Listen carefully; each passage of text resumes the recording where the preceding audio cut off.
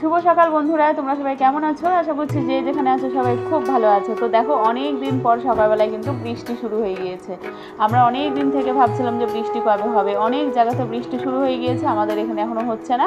তো দেখো, আমাদের এখানে অলরেডি বৃষ্টি শুরু হয়ে গিয়েছে। তো সকাল এখন 7:30 বাজে, 7:30 থেকে তেমনি ঝমঝম করে বৃষ্টি শুরু হয়ে গিয়েছে।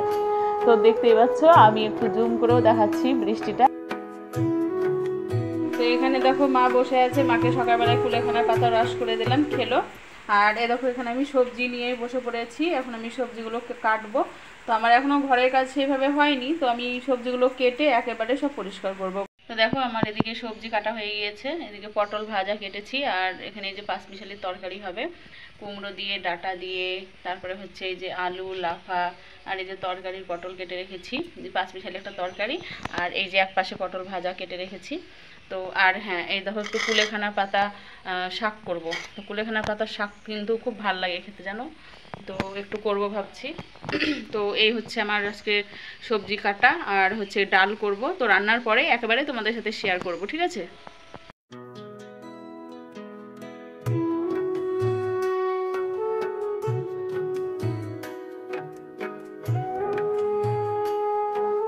তো ঠাকুরের বাসন তো আমার দেখো ধোয়া কমপ্লিট হয়ে গেল। তো তারপরে এখন আমাকে ঘর মুছতে হবে এখন।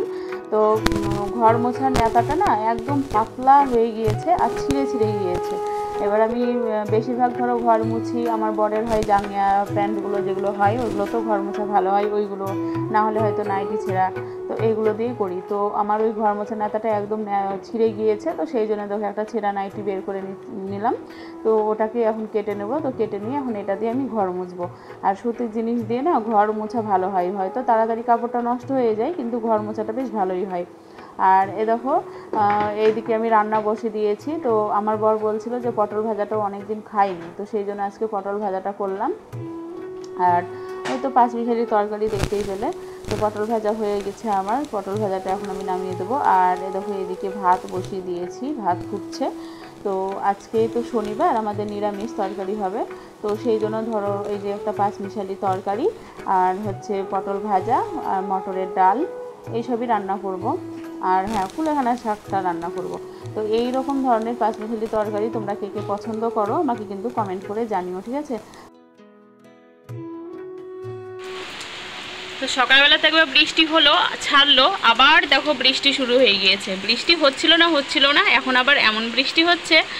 বৃষ্টিও দেখছে যে নেই, এবার তোরা বৃষ্টির জন্য বলছিলিস বারবার করে, তো দেখ এবার কেমন সহ্য করতে পারিস কর। তো আমিও 14 বার করে জামা কাপড় তুলছি মেলছি, আর দেখো বৃষ্টিরে দেখো, দেখেছো?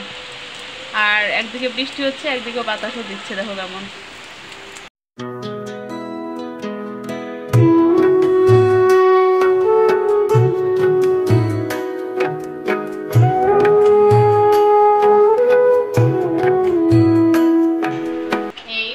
পাঁচমিশালি তরকারি, যেটা আমার খুবই ভালো লাগে। এই হচ্ছে পটল ভাজা, যেটা আমার খুবই ভালো লাগে। এটা হচ্ছে কুলেখানা শাক, যেটা আমার খুবই ভালো লাগে। আর এই হচ্ছে মটরের ডাল, যেটা আমার মোটামুটি লাগে।